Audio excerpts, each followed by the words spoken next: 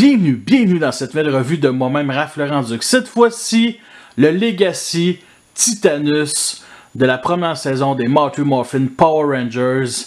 Titanus, c'est le nom le plus drôle ever pour un jouet. Tu mélanges le mot titan et anus. Et en plus, ils ont décidé de censurer ça un peu avec le coup.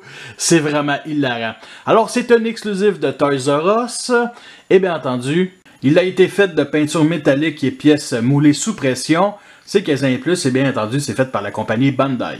À la gauche, on a un résumé du récit. À la droite, il montre les statistiques en 3 langues.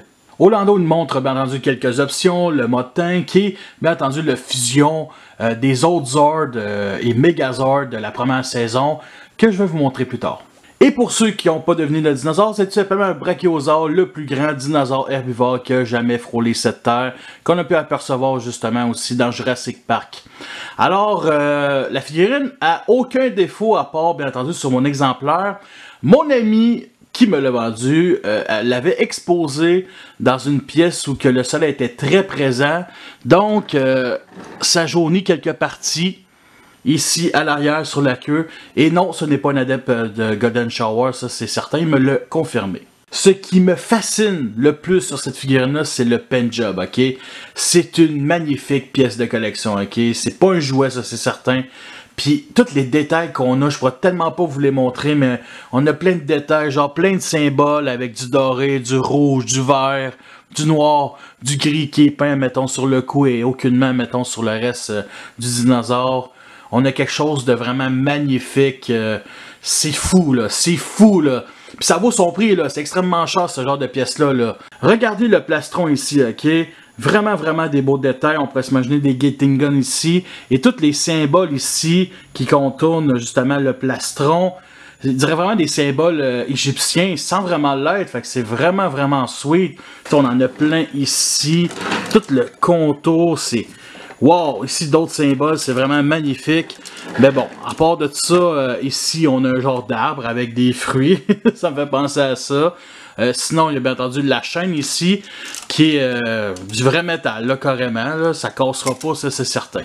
La seule partie qui est articulée, c'est bien entendu ici tout le cou. Alors, à la base, on peut venir le reculer comme ça permet de déverrouiller ici la trappe pour mettre le Megazord. Alors, ici, c'est sur un bas-joint, c'est tous sur un bas-joint, comme ça. C'est extrêmement réussi, c'est vraiment cool. Et bien entendu, la tête, on peut la descendre comme ça, la monter, la mâchoire inférieure aussi, et bien entendu, la fermer comme ceci. On continue avec beaucoup de détails ici sur la tête, vraiment sweet, bien entendu de la peinture rouge, même ici un genre de cockpit juste au-dessus du nez, et bien entendu un trou qui ne sert à rien sur la crête. La principale gimmick de ce jouet-là, on l'a vu dans la série, on l'a vu aussi pour l'ancien jouet, c'est tout simplement quand on avance, ben on a ici les pattes qui bougent, et ça, c'est très enfantin, mais pourquoi pas? Pourquoi pas? Les roues avant sont tout simplement en caoutchouc qui sont très durs, donc c'est très bien apprécié. C'est très rare aujourd'hui d'avoir des pneus en caoutchouc, et ceux à l'arrière, c'est tout simplement du plastique. Et je pouvais pas passer à côté d'une comparaison avec mes autres Zords.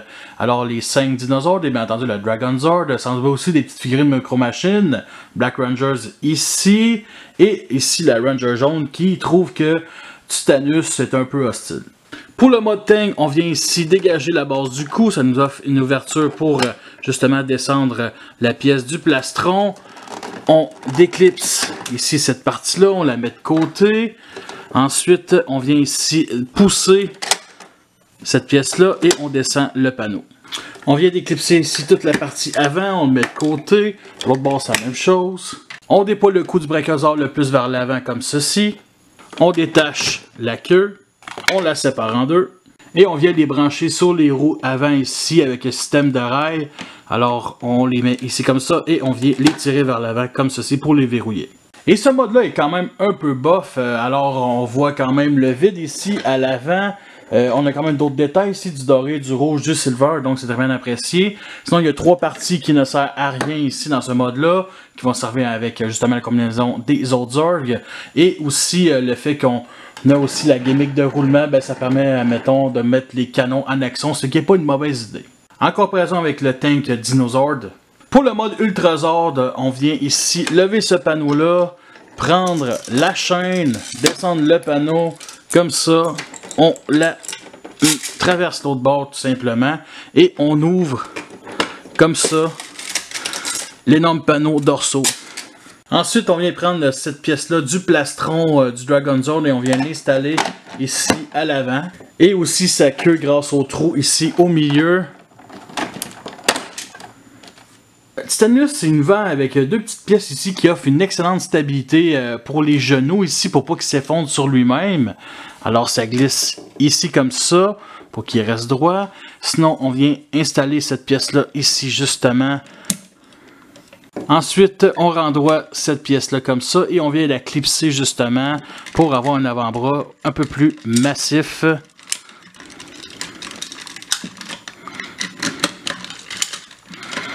Et là, je comprends pas pourquoi ça se clipse pas. Ok, bon, là c'est clipsé.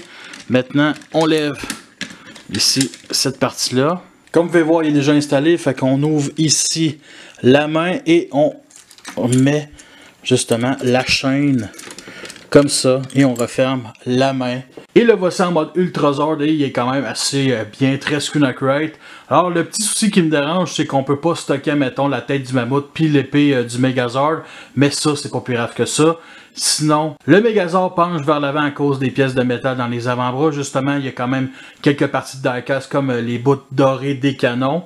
Nous sommes rendus à la fin de cette revue, j'espère que vous l'appréciez, vous avez les pour et les contre, alors c'est clair que je recommande cette pièce de collection-là, elle vaut vraiment la peine, surtout si vous avez les deux autres Megazord, sérieusement, jetez-vous dessus. C'est peut-être le prix qui est un peu gossant, son prix initial au Tozara c'était 200$, ce qui est extrêmement cher, mon ami me l'a vendu 140$, quand même un très bon prix, puis je l'ai vu sur eBay à plus que 1000$, ça vaut pas 1000$. Ça vaut 200$, quand même assez, tu sais, sérieusement, avec la qualité de plastique, surtout les détails qu'on a, c'est malade d'avoir des pièces de collection de même. Mais bon, 200$, c'est pas pour tout le monde. Peut-être celui, le vieux à l'époque, il valait sûrement beaucoup moins cher. Je sais pas s'il y avait l'électronique, là. Puis justement, la qualité de plastique, là, c'est vraiment de la bonne qualité. Ça cassera pas, ça c'est certain, là. Aujourd'hui, on est tellement habitué avec une qualité de plastique vraiment nulle. C'est du vide là-dessus. Il n'y a pas de vide, ça c'est certain. Alors, vous voulez m'encourager, vous avez déjà tous quoi faire. Allez voir aussi mes autres revues Legacy Puncher si ça vous intéresse. Le seul que j'ai pas fait, c'est le deuxième, je pense. C'est, comment il s'appelle déjà? Le Thunder Megazord. Les autres, je les ai toutes faites. Fait que merci à tous d'avoir écouté cette revue-là. Fait que sur ça, je vous laisse et à la prochaine.